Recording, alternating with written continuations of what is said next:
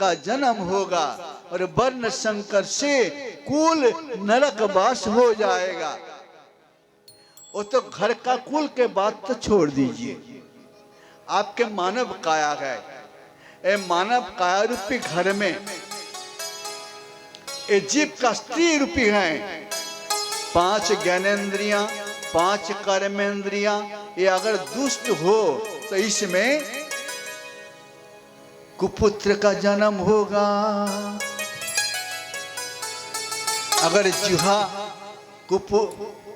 दुष्ट स्त्री हो तो तरह तरह के नए नए पकवान बनाते जाएं, कोई भी उनके लिए ना नहीं है। रसना, रस पाने के लिए रसना कभी भी माना नहीं करते हैं। रसना आंख भी उसी प्रकार, कान भी उसी प्रकार। आंख कहते हैं अच्छे अच्छे वस्त्र ले आओ। अपने कल सुनाना, देवहूति राजकन्या होते हुए भी एक ऋषि के आश्रम में जाके रही। आपने ये भी सुना है कितनों बार राम जी वनवास गए हैं, सीता माई राजकन्या है, राजभोग में पली बसी हैं, किंतु जब वनवास में उनको जाना पड़ी तब कैसी बिताई। भीलों के घर जाके फूलों का माला, सोने का नहीं, फूलों का माला और जंगल का मेहंदी पैर में भिल्ली ने उनके लिए फल तोड़ के लाई। खीर, छना, मक्खन, ये कुछ नहीं, जंगल में कहाँ मिले।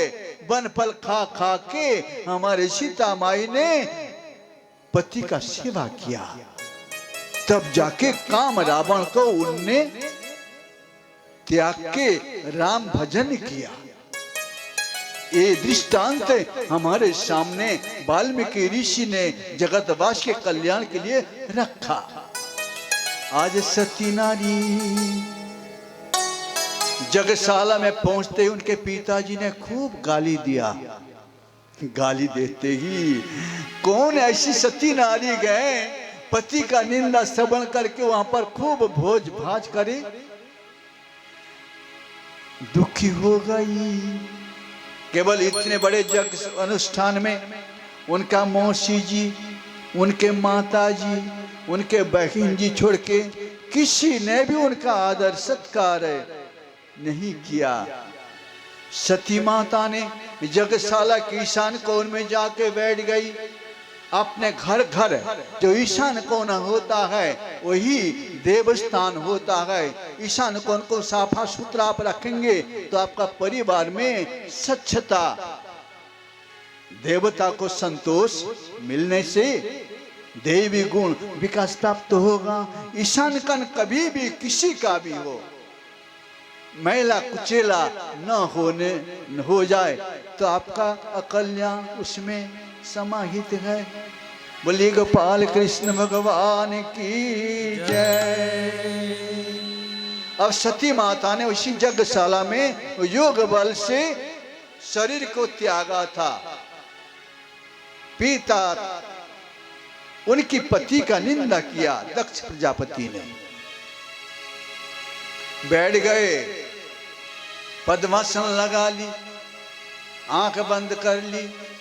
भारतवर्ष के एक योगिन सती माता, अरे मन को समाहित किया पति के चरणों में। अंतिम समय कोई जीव क्यों ना हो, परमात्मा के चरणों में मन को समाहित कर दें तो उनका उद्धार हो ही जाएगा। सती माता ने कर दिया मन को समाहित। धीरे धीरे शरीर से एक प्रकार के तेज निकला, अग्नि के रूप ले लिया, शरीर भस्म हो गया। बोलिए सती माता की जय। कैसी साधना किया है, जिस साधना के बल से शरीर में अग्नि होते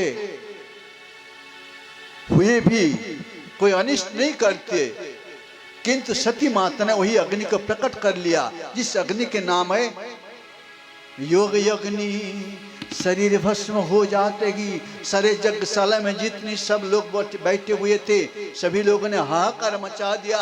दक्ष प्रजापति कौन है? जो खुद को समझता है मैं दक्ष हूं, मैं करता हूं, मैं करता है। जैसे बकरा मैं करने से वो बलिदान की योग्य हो जाता है। और मैना क्या कहता है? मैना मैं नहीं हूं। तो कौन है? परमात्मा है। मैं शरीर नहीं हूं, तो शरीर के परे कौन है? परमात्मा है। उसी प्रकार मैं न कहता है और बकरा कहता है मैं बलिदान हो जाया करते हैं। अतएव हे प्यारे सज्जन, आप भी समर्पण अभ्यास असमर्थोसी मत कर्म परमो भव। श्रीमद् भगवद गीता जी में भगवान जी कहते हैं, हे अर्जुन, तुम अभ्यास करने में असमर्थ होते हो तो मेरा ही कर्म कर रहे हो। इसी प्रकार समझ के मुझ में समर्पण कर दो। समर्पण करने से तुम्हारे जो कर्म है बंधन में नहीं डाल सकते। सती माता का शरीर भस्मीभूत हो चुका। आज भी यज्ञशाला आपको मिलेंगे, जो कन खोल गए होंगे वहीं पर आज भी है। अखंड धूना वहां पर प्रज्वलित है। एक बाबा जी थे, खुद को बहुत अहंकारी समझते थे। कोई भी क्यों ना हो, जो भगवान के दरबार में जाना चाहता है, भक्ति करना चाहता है, उनको जात्याभिमान, धनाभिमान, रूपाभिमान, विद्या अभिमान, कुल का अभिमान, ये सारे अभिमान का त्याग करके जो मेरे पास आएगा मैं उसका अपना लूंगा। साधु मिलन को जाइए, साधु मिलन को जाइए, छाड़ी कपट अभिमान, ज्यों ज्यों पग धरे कोटि जग फल समान, कबीरा कोटि जग फल समान। साधु दर्शन के लिए जाइए, अभिमान अहंकार त्याग के, तब एक एक कदम पर एक एक जग का फल आपको प्राप्त हो जाएगा। एक बार माता द्रौपदी भंडारा देने के लिए गए। एक ऋषि के आश्रम पर पांडवों को साथ लेकर ऋषि जी को निमंत्रण देने के लिए जब ऋषि जी के आश्रम पर पहुंचे तो ऋषि जी ने देखा द्रौपदी माई आई हैं पांडवों को लेकर उनके भंडारा में निमंत्रण। तो ऋषि ने सोचा इनको क्या कहूं। कहते हैं जिन्होंने 108 यज्ञ किया है मैं उनके घर ही जाऊं और निमंत्रण स्वीकारूं, नहीं तो नहीं, सभी के घर में जाने वाला नहीं। तो द्रौपदी माई ने बाबा जी के विचारों अनुसार उनको ये बतला दिया, बाबा जी आप तो सुनिए, मैं 108 क्यों, बहुत यज्ञ करके आपके पास आया।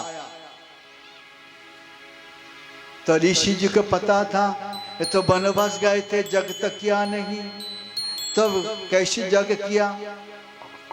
तो द्रौपदी माई ने कहने लगे ये साधु संत के साथ मिलन के लिए, तीर्थ यात्रा के लिए कोई भी निष्कपट भाव से जाए तो कदम कदम पर एक एक यज्ञ का फल उनको मिल जाया करते हैं। अतएव हे प्यारे सज्जन, आप भी इतना रास्ता पैदल पैदल आए हैं तो आपका इतना यज्ञ का फल मिला है। अगर आप माने तो, नहीं माने, नर्मदा जी के किनारे धाउड़ी कुंड है, जहां पर बाणलिंग शिव जी का तैयार करते हैं भोलेनाथ भगवान की मूर्ति। मां नर्मदा जी ने अस्त जल डुब्बी में गए, वो धावड़ी कुंड आज नहीं है, नाम है, पहले होता था। तो परिक्रमावासी किनारे आप पहुंचते हैं और वहां का जो गांववासी बालक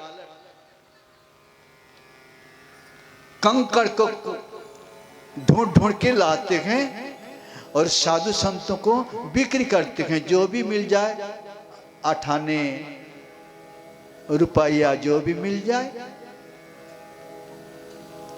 तो बाबा जी लोग पूछते हैं ये असली है क्या? तो बच्चे लोग बाबा जी को समझाते हैं, क्या सुनिए। कहते हैं अब माने तो शंकर, नहीं माने तो कंकर। सही गए। नर्मदा जी के जल में कितने पत्थर गए, आपने मान लिया तो शंकर जी पूजा करो, और नहीं माना तो कंकर पत्थर तो पड़ा है। आप मानो तो आपके शरीर है शिव जी का मंदिर, इसमें जीव रूप शिव का निवास है। आप मानेंगे तो शिव, और नहीं मानेंगे तो आप जीव ही हैं। इसमें कोई लेन देन फर्क नहीं पड़ती है। अब हमारे सती माता ने शरीर त्याग दिया। त्यागने के बाद समाचार पहुंचा भोलेनाथ जी के पास। उन्होंने अपनी जटा को उखाड़े, जमीन पर पटका दिया। पटकाने से एक पुरुष का जन्म हुआ है, जिस पुरुष के नाम है वीरभद्र। उन्होंने जन्म होते ही हाथ जोड़ के भोलेनाथ जी के पास निवेदन किया, हे पिता, हे सृष्टिकर्ता, आप मुझे आदेश कीजिए, मैं क्या करूं आपका सेवा। भोलेनाथ भगवान समाचार बतला दिया, तुम जाओ, सती ने शरीर को त्यागा है, दक्ष राजा का यो यज्ञ हो रहा है, उसको तुम नष्ट भ्रष्ट कर देना। अब वीरभद्र, मणिमान, सारे बड़े बड़े भोलेनाथ जी का गण अपनी भूत प्रेत सभी को लेके चले आए और आके सारे यज्ञ को नष्ट भ्रष्ट कर दिया। सही है। आप अगर ये अहंकार बस मैं ही सब कुछ करता हूं, इस प्रकार विचार करेंगे तो आपका जीवन यज्ञ जो है 100 साल में पूरी होने वाले हैं। हमारे उपनिषद कहते हैं शरत ऋतु में शरतम दृश्य शतम, आपका जीवन मिला है 100 शरत ऋतु का पूर्णिमा आप दर्शन करने का योग्य बने। 100 मतलब 100 साल आपका उम्र। देखिए पीछे बाबा जी महाराज हैं, बाबा जी का उम्र 700 साल से ज्यादा है, अभी भी दर्शन देते हैं। लेकिन जो योग्य हैं जी, जो दर्शन लेने का योग्य हैं उनको ही दर्शन देते हैं, सभी के लिए नहीं। अभी भी 700 साल से ज्यादा उनके चेला हैं श्री समाचल लाहिड़ी महाशय। एक बार श्री समाचल लाहिड़ी महाशय अपनी गुरु जी का महिमा बताने के कारण उनके जो सहकर्मी थे उन लोगों ने कहा आपका गुरु जी हैं, उनका दर्शन करना चाहता हूं, आप तो दर्शन कराओ। तो लाहिड़ी बाबा अपनी ऑफिस में किबाड़ी बंद करके उनका साधना का जो कक्षा है बैठ गए और उनका जो सहकर्मी है सभी को सामने बिठा दिया, किबाड़ी बंद है। घंटा आधा घंटा के बाद किबाड़ी खोला, गुरु और चेला। किबाड़ी खोलने से गुरु और चेला दोनों विराजमान है। सारी जो उनके सहकर्मी थे सेना विभाग का सभी देखने हाथ जोड़ लिए, दर्शन कर लिया। फिर किबाड़ी बंद हो गए। बाबा जी ऊपर से आए थे, ऊपर चले गए। सूक्ष्म शरीर लेके आया, सूक्ष्म शरीर लेके चले गए। तो इसी प्रकार साधना से समर्थ जो हो जाता है, उनके लिए कहना ही कि ये क्या है। आज भी है साधना, आज भी है वही वासुदेव मंत्र, जिस वासुदेव मंत्र जापने से स्तोत्र माला में आपको मिलेंगे 6 महीना में सिद्ध महापुरुषों के साथ समागम दर्शन लाभ मिलेगा। बोलिए श्री गुरु महाराज जी की जय। अब सारे जग को नष्ट भ्रष्ट कर दिया, जीवन जग संपूर्ण हो जाता है तब जब जीव आत्मज्ञान नहीं लाभ करके मृत्यु को प्राप्त हो जाता है। तब मानव जीवन आत्मज्ञान लाभ करने के लिए ही शरीरम, आदि गुरु शंकराचार्य जी का फोटो आपके सामने है। 32 साल उम्र उनका, सारे भारतवर्ष में सनातन प्राचीन वैदिक धर्म का उन्होंने प्रचार किया, स्थापना किया, संरक्षण किया। उनका यह स्तोत्र है जो आप सुनेंगे। मन बुद्ध अहंकार चित्तानि नाहम, न च श्रोत्र जीवे न च घ्राण नेत्रे, न च व्योम भूमिर्न तेज न वायु, चिदानंद रूप शिवोहम शिवोयहम। हे प्यारे साधक, आप अपने हृदय में अनुभव कीजिए शिवोहम शिवोयहम। जब शिवरात्रि के दिन आप दिन भर उपास रह करके रात्रि को जल चढ़ाने के लिए, पूजा करने के लिए मंदिर में जाते हैं, तो जो पुजारी आपको कह देते हैं शिवं भूत्वा शिवं जजित, पहले खुद शिव हो जाओ, इसके बाद शिव का पूजा करो, तब तुम्हारा पूजा सफलता होगा, नहीं तो नहीं हो पाएगा। आपने को बनना पड़ेगा, तब जाके आप शिव बनेंगे, नहीं तो नहीं हो सकता है। अब सारे जग साला नष्ट भ्रष्ट कर दिया वीरभद्र ने। दक्ष प्रजापति का मूड को मस्तक छेदन कर दिया। छेदन करते ही सभी लोगों ने में हाहाकार मच गया, जागनिक लोग भाग गए, पूषा का दांत तोड़ दिया, भृगु का दाढ़ी मूंछ तोड़ के फेंक दिया, सारे अनर्थ हो गया था उसी जग में। सभी जिन लोग जागनिक थे भोलेनाथ के पास पहुंचे कैलाश पर्वत पर, जाके वहां पर निवेदन किया। सही है, अब जब तक वही आत्मा का साधना नहीं करेंगे तब तक कल्याण होने वाला ही नहीं है। इदम तीर्थम भ्रमंति तमना तमसा जना, आत्म तीर्थम न जानन्ति स एव मोक्षदायिका। लोग बहुत सारे तीर्थ भ्रमण करके आ जाते हैं, लेकिन आत्म तीर्थ को नहीं जानते हैं। आपका मन एक तीर्थ है, परम पवित्र तीर्थ है। इस तीर्थ में आके आप उनका भजन नहीं करेंगे तो आपका कल्याण कैसी होगा। बोलिए गोपाल कृष्ण भगवान की जय, वासुदेव भगवान की जय। जय शिव शंकर जय गंगाधर, करुणा कर करतार गारी। जय शिव शंकर जय गंगाधर, करुणा कर तार हरे। जय कैलासी जय अविनाशी, जय कैलासी जय अविनाशी। सुख सारे सुख राशि हरे।